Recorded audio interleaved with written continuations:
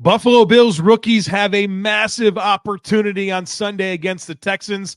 I'll explain that and offer my predictions for Sunday today on Locked On Bills.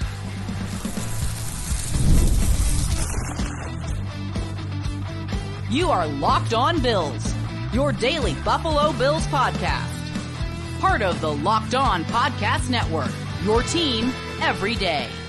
What's up, Bills Mafia? It's Joe Marino, author of Go Bills and Buffalo's Run, also the co-host of the Locked On NFL Scouting Podcast, and I'm your host of Locked On Bills. Want to thank you for making Locked On Bills your first listen every day, and a big welcome and shout out to our everydayers. You know who you are. Those of you who never miss a single episode, I appreciate y'all being here very, very much. I'd also like to invite you to subscribe or follow for free on YouTube or wherever you listen to podcasts. We're part of the Locked On Podcast Network, your team every day. Today's episode is brought to you by FanDuel. Place your first $5 bet, and you'll get started with $200 in bonus bets, guaranteed. Visit FanDuel.com to get started. Well, folks, it's time for our last conversation before the Buffalo Bills face the Houston Texans in Week 5, looking to improve to 4-1 on the season. And we'll do our normal final thoughts podcast where I'll get into things right now, and then we'll talk to Dr. Trimble of Banged Up Bills about the injuries, and then I have 5 predictions at the end of the episode. But really, my final thoughts have shifted from talking about Stefon Diggs and Josh Allen to, my goodness, there are just a lot of injuries on both sides of this game that are going to matter. And for the Bills, going to be without several players. Ed Oliver, Khalil Shakir, Austin Johnson, Taylor Rapp, Von Miller, his first game that he will miss with suspension. And when you look at pretty much all of those players, there's a direct pathway for a rookie to step up and really have a big-time opportunity.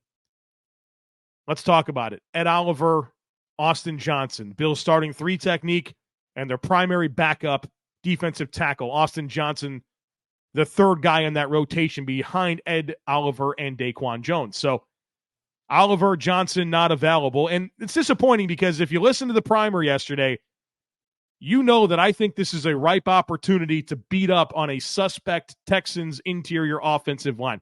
I thought that Ed Oliver was going to have a big game, especially because it's in Houston in front of his, hometown and all that.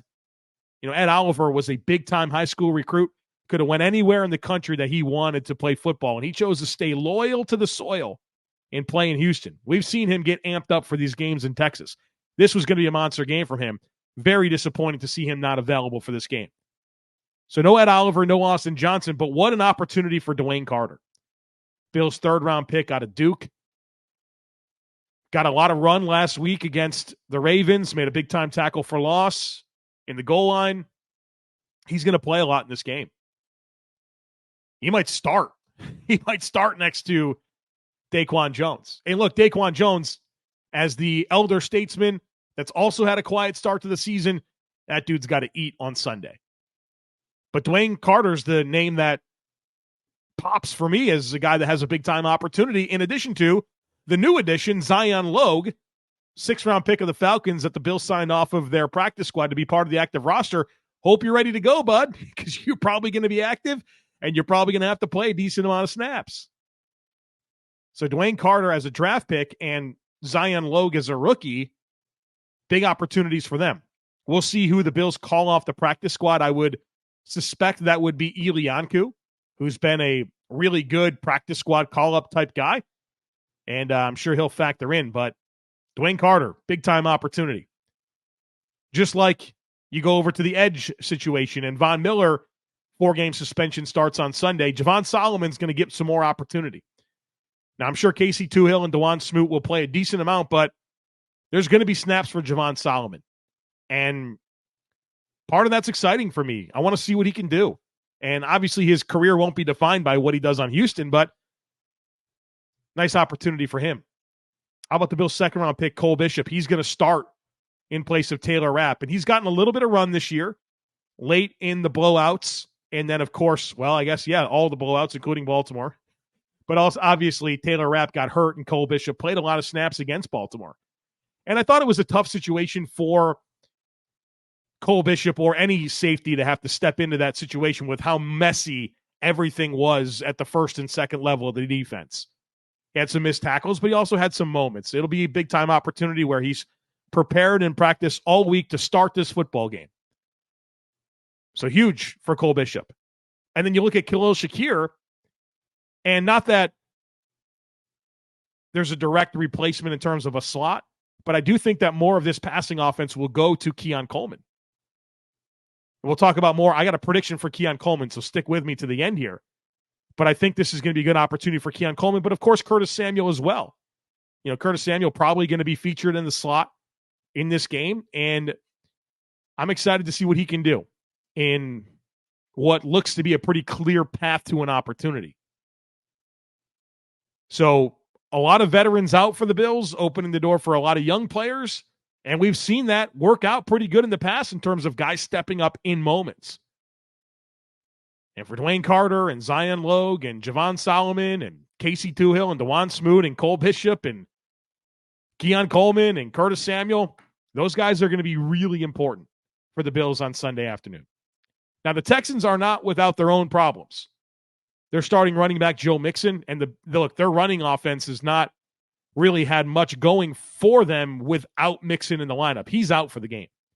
Dameon Pierce, his primary backup, good backup, not likely to play. Not officially ruled out, but it doesn't seem like he's going to go.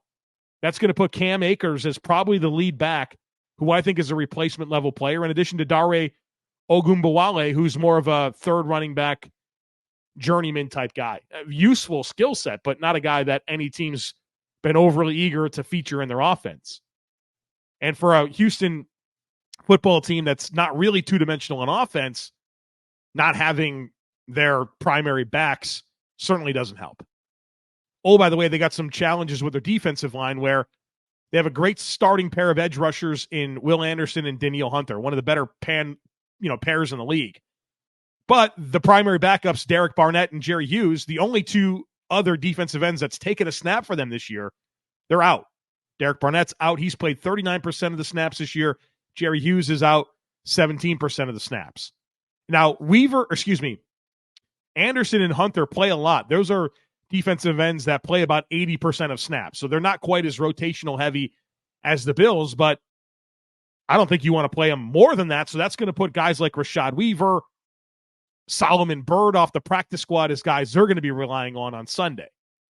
And they've already got some issues with their interior defensive line as well, with Danico Autry suspended. So both teams got some issues going on. Maybe the Bills will get Terrel Bernard back. It doesn't really feel that good for Taron Johnson.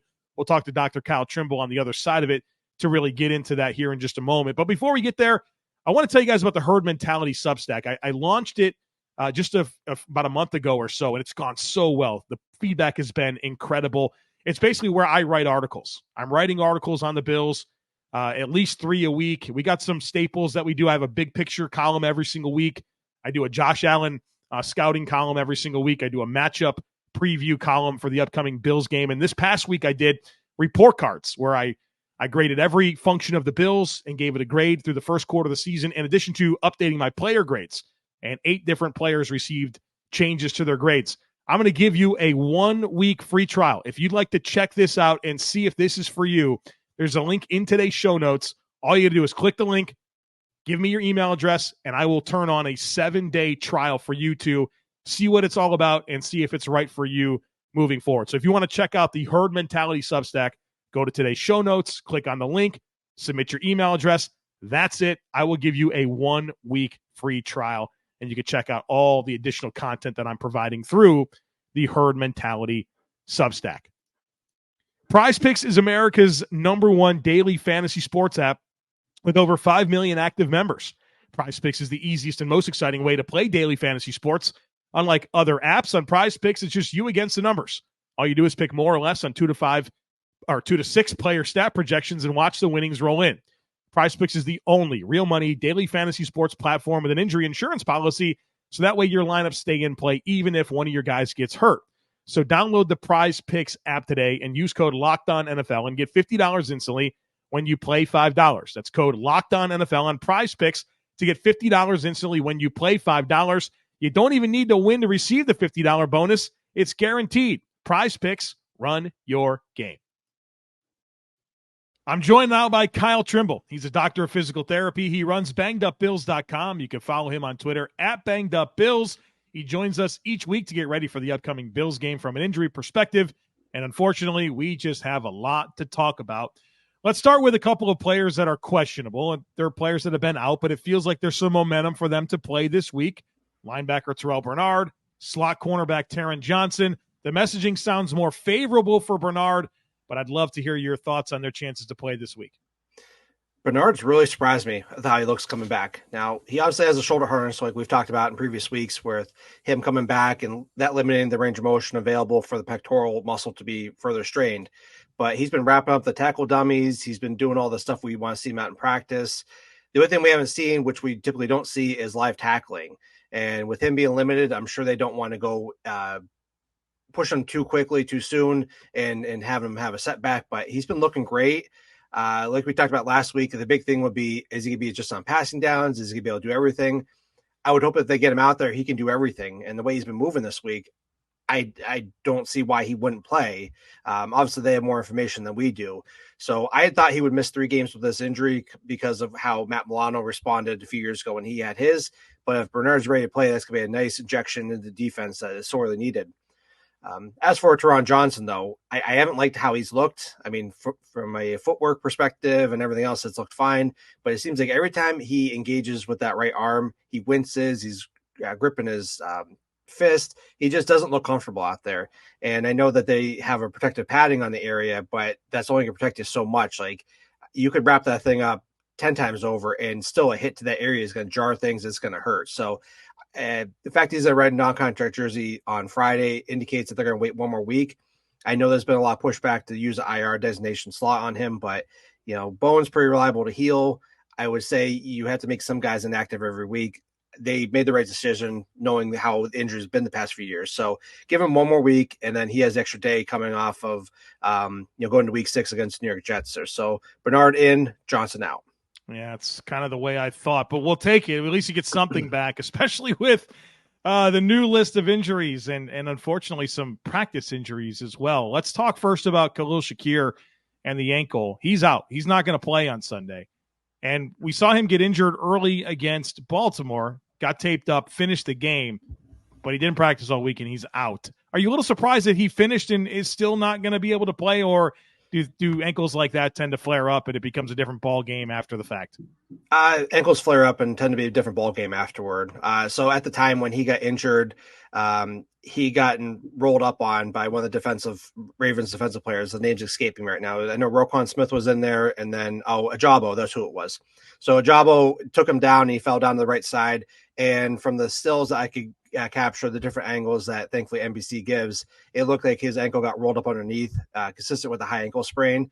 Now, what was surprising was he went and got taped up and then returned back and continued playing. The reason why I think it was even if this was a mild high ankle sprain, taping it up and basically keeping him moving prevents that thing from really swelling up on him. We did see the boot after, which we see often for lateral ankle sprains, high ankle sprains, whatnot. But the fact that he didn't practice all week indicates that this is probably more of a high ankle sprain. The only reason I also think it's a high ankle sprain because I've thought that certain players have had medial ankle sprains, including John Brown past years, Ed Oliver, and have been burned every time. So unless you show me that they return quicker, I'm going to go with a high ankle sprain based off the mechanism I see. There's potential that he might miss next week, but we have seen guys come back in one game from a high ankle sprain, such as Dion Dawkins and Gabe Davis when they suffered their respective ones. So the downside if they do return quicker is that sometimes the injury tends to linger and the production drops a little bit. But Khalil Shakir, I believe, has played through this injury before, and he knows his body pretty well, being several years in the league. So I think it's just a wait-and-see approach, but it's unfortunate he's going to be out for this Sunday. Yeah, hopefully it's not too long. And obviously good opportunity for Curtis Samuel to show what he can do. I know a lot of folks are interested in seeing him ramp up. All right, there's 3 more players, all ruled out for this game. Taylor Rapp, that one seems easy. That's a concussion. We know the deal there. He just didn't clear protocol. But Ed Oliver with a hamstring injury during practice, that's going to keep him out, already ruled out. And another defensive tackle in Austin Johnson, who I'd never seen anything like this. Like, there was no reporting that he was injured during the game. And so after the game, we're like, what the heck? He only played like so many less snaps than Dewayne Carter. And then Sean McDermott casually in his press conference is like, oh, in case you didn't know, Austin Johnson got hurt during the game. Like, yeah, that's typically reported. It wasn't. So he's got an oblique deal. Let's talk about these defensive tackles. And then, of course, I'm guessing you're just going to say wrapped it in clear protocol. It'll probably be good for next week. Well, consider Rapp got ran over by Derrick Henry. I mean, the fact that he didn't have a worse injury, I thought he injured his shoulder when he hit, connected with the right thigh there. But yeah, he didn't pass protocol. So, he'll be out for, at least this week. And, depends on whenever it gets cleared out there. He was out doing some stuff on the side, light aerobic conditioning, but we'll see when he gets out there, hopefully doing more. But going back to the defensive tackles, Ed Oliver, he got hurt in practice on Thursday. We saw training staff work on his left hamstring, down closer to the knee from what it looked like for the video angles we saw. And then he was able to return to practice and doing some stuff, but I bet it probably tightened up on him the next day, being Friday, and they just said, we can't go. I don't recall him having a hamstring injury before, and generally offensive linemen and defensive tackles don't have hamstring injuries as much, so we don't have a ton of data to support this outside of like Vernon Butler and Jordan Phillips in past years. They did miss, I believe, 1 or 2 games apiece there, so hopefully this was just a precautionary. It's early in the season. Let's not rush him back, and especially trying to play on a hamstring strain on 3 days rest isn't really ideal. So I'd love to know how he injured it in the first place, but it's unfortunate he's not going to go for Sunday. And then as for Austin Johnson, I got to credit Joe Biscaglia for noting that, because he noted when Austin Johnson went out, and then nothing really happened when his last snaps there. But I had a Twitter user reach out to me and say, hey, he was grabbing his sides several plays before that. And I think it was about 8 or 9 minutes left in the second quarter. He had engaged with the offensive lineman and then kind of rotated hard, and then he came off the block and he started grabbing his left side, indicating the oblique, and then that was confirmed when Sean McDermott casually dropped that. We see guys miss at least one game with the obliques, sometimes 2. It just depends on how severe the injury is. It's unfortunate that your starting defensive tackle and then a reserve tackle are both out. We probably see Eli Ankou come up as a practice squad elevation. I know they have Branson Dean as an option too, so they have guys ready to go. It's just that's a big drop off from Ed Oliver to an Eli Ankou. But hopefully these guys are ready to go next week here, and especially against the New York Jets. If I can sneak one more in, and I apologize that I didn't warn you, I was going to ask you about this, but Dion Dawkins had his own hamstring deal that we didn't really know about. Apparently he was getting treatment throughout the game, happened early against the Ravens, and then he didn't practice on Wednesday, excuse me. And then he was limited on Thursday, practice in full on Friday. He's going to play, but do you have any information on that? I do. So I went back and looked. He played, I think it was like 51 snaps, and he looked to injure it pretty early on. And I figured out, at least I think I figured it out, when he injured it was when they did that the snow plow on I think 4th and 2, or like in the first drive of the game. You can't really see how he injured it, but there's a whole bunch of bodies. I'm sure he's pushing with all his might. I'm sure something just kind of gave a little bit in the what looked to be the right hamstring, because he started motioning to it and he was kind of flexing the leg throughout the rest of the game there. And then he was even limping on it initially right afterward. And then I know they did say during the broadcast that he was receiving treatment. Thanks to Sal Capaccio for stating that, because that was a big clue as to when that happened. So I do have some concerns with him re-injuring it during the game, but I also know the training staff is pretty confident in their ability to say, hey, this might have just been a little, issue. Let's just watch it. Make sure you have a good warm-up stretch. Make sure that this thing's going to be a problem. If it is indeed the right hamstring, this is at least the inside hamstring in terms of blocking. So he should be able to have a little bit better managing, keep the guy in front of him instead of letting the left leg go out sideways and really having to do that kickback. So it's not ideal, but if they say he's good to go, then he's good to go.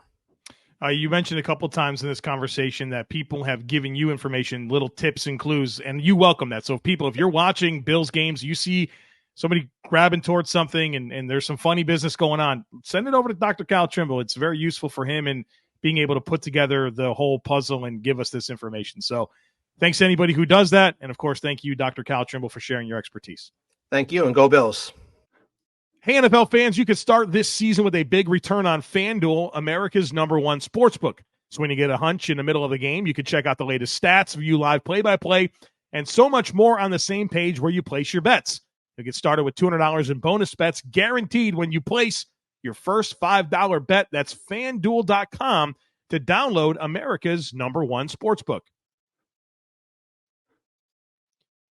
All right, folks, it's prediction time, but before we get there, I would love to extend an invitation to you to join the Locked On Bills subtext community, something we started a couple years ago, and it has been incredible. It's blown up. I'd love for you to be part of it. Here's what you get. It's text messaging with me, so I'm going to send you text messages.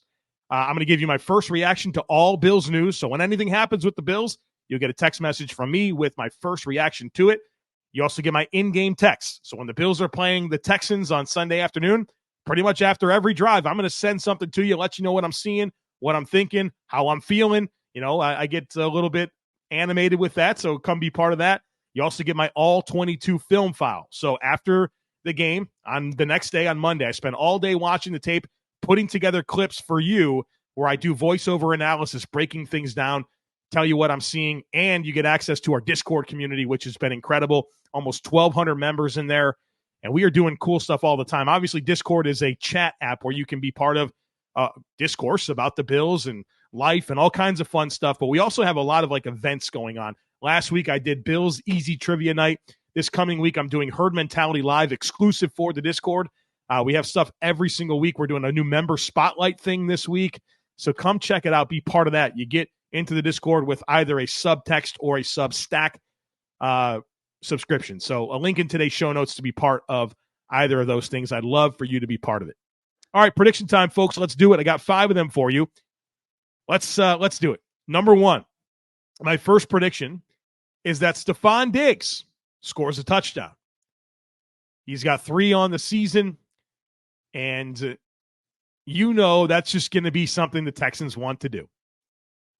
Getting Stefon Diggs in the end zone, letting him have his moment. I think he scores a touchdown. And I don't know what it'll look like. Maybe it'll be on a deep shot. Maybe it'll be in the red zone, and they'll isolate him up on Cam Lewis, and he'll run a good route and get open and score a touchdown. But I think that the Texans are going to prioritize it, and I think it's going to happen. So my expectations are that he does score a touchdown. And so put me down for a Stefon Diggs touchdown on Sunday. Number 2, I am predicting a career high for Keon Coleman in receiving yards. So far, he's had 2 games this year with 51 receiving yards. I think he gets more than that in this game. I think he's got a good matchup against Kamari Lassiter, a rookie corner out of Georgia, who I think is a decent player, not super athletic, but he's kind of been suspectable down the field. And I think the Bills can challenge Lassiter with Keon Coleman and some 50-50 balls like you saw last week against the Baltimore Ravens. Oh, by the way, Khalil Shakir is not going to play in this game, which I think will invite some more targets for other players, and I think Keon Coleman could be the beneficiary of that. Also, the Texans do play a fair amount of one-high, middle-of-the-field close coverage, which means more throws outside the numbers. And so I'm expecting a pretty decent game here for Keon Coleman, a career high, in my opinion, 52 yards or more. He's got 2 games of 51 yards. I think he tops that against Houston. Number 3, Josh Allen's sacks and turnovers in this game are lower than C.J. Stroud. You know, C.J. Stroud, threw 5 interceptions last year, and he's been sacked a decent amount this year. But I think coming out of this Ravens game where you saw Josh Allen, face a good amount of pressure, got sacked a few times. The Texans are a blitz-heavy team. They're top 10 in blitz rate. I think there's an idea here that maybe Josh will get sacked a little bit. Maybe Josh will force the football a little bit. I don't know about that. I think that this game will be more towards C.J. Stroud getting sacked and turning over the ball than it is Josh Allen. So I put me down for more C.J. Stroud sacks and turnovers than Josh Allen in this game. Number 4, I'm predicting the most rushing yards of the season for the Bills. That's currently 130 against Arizona in week 1. I think they do better than that against Houston. Houston, bottom tier run defense. But, you think about Khalil Shakir, who I think is such an important weapon for this team in the passing game. I think that it's going to invite more runs. I think you've heard Sean McDermott kind of talk about the Baltimore game and how even though, the Bills were down for most of it, I mean, after the first drive, the first play Baltimore ran, they're down 7-0, and then it didn't take long for it to be a 2-score lead. I mean, Baltimore led for 2 scores from the beginning of the second quarter on. So even through that, you heard Sean McDermott kind of express some frustrations that maybe they got away from the run game a little bit sooner than they needed to. And I think that gets corrected against Houston. I think they're going to run the ball. I think the middle of the Texans defensive line is not very good. And I think the Bills can really take advantage of some opportunities to pound the rock. So put me down for the most rushing yards of the season for the Bills, which means 131 yards or more. Lastly, do I think the Bills win this game and get to 4-1, or do I think they drop 2 in a row and get to 3-2? No, I don't think the Bills drop 2 in a row. The Bills have been very good at bouncing back, 14-4 since the start of 2020 after a loss. They don't lose back-to-back games very often. I think, and that's the second best win percentage in the NFL. And if you go back to Sean McDermott's start in Buffalo back to 2017, even that, going that far back, the Bills still have the second best record in the NFL after a loss. I think they bounce back. I don't think they lose 2 in a row. And there is a Stefon Diggs, Josh Allen storyline here. I didn't really get into it that much this week on this podcast because, I mean, what is there to say? I think that both people are where they need to be in terms of Stefon Diggs not on the Bills and the Bills without Stefon Diggs. I think that's a healthy spot for both situations. Brandon Beane's not going to send this guy away and eat $30-something million in dead cap space if he didn't want him gone, right? There's two sides to this. And for as much as this is about Stefon Diggs playing against the Bills, this is about Josh Allen, right? And I think that this team rallies around Josh in a big way. There's no way they're going to let him walk out of that stadium not as a winner on Sunday afternoon. I really believe that. I think Josh is going to have a good game. This team is going to be inspired to want to win for him because, remember, Stefon Diggs is the one that commented on Twitter saying, the guy tweeted out something about Josh Allen and his production without an elite receiver, and Stefon Diggs is like, you sure? You sure he doesn't need an elite receiver? And I think this is going to be a big rallying moment for the Buffalo Bills around their leader, Josh Allen, to make sure he doesn't lose this game. And so maybe Stefon Diggs will score a touchdown. Maybe he'll have a bunch of yards. I don't think the Bills let Josh Allen walk off the field without the dub, especially since they lost last week, and they're such a good team at bouncing back. So put me down for a Bills dub on Sunday afternoon. All right, folks, the hay is in the barn. We've done all we can to get ready for this football game. The only thing left to do, Bills to go out there and win it against Houston on Sunday afternoon. I'll have you covered for all the post-game coverage you could possibly want. You know the things we're going to do. We'll cover this game in depth to get my instant reaction. We'll do the All-22 review and really kind of get into whatever happens. And then the Bills get the Jets on Monday Night Football as their next opponent. So we'll start getting ready for that as well. All right, folks, don't miss anything. Make sure that you're subscribed. Go to the show notes and get yourself a 7-day trial of the Herd Mentality Substack and get in on this subtext. We got a lot of cool stuff going on here that's building a lot of community around this podcast. So be part of it. We'd love for you to be part of it. All right, folks, that's it. As always, share, subscribe, rate, and review. Have a great rest of your day. Go Bills. And I look forward to catching up with you again after the game.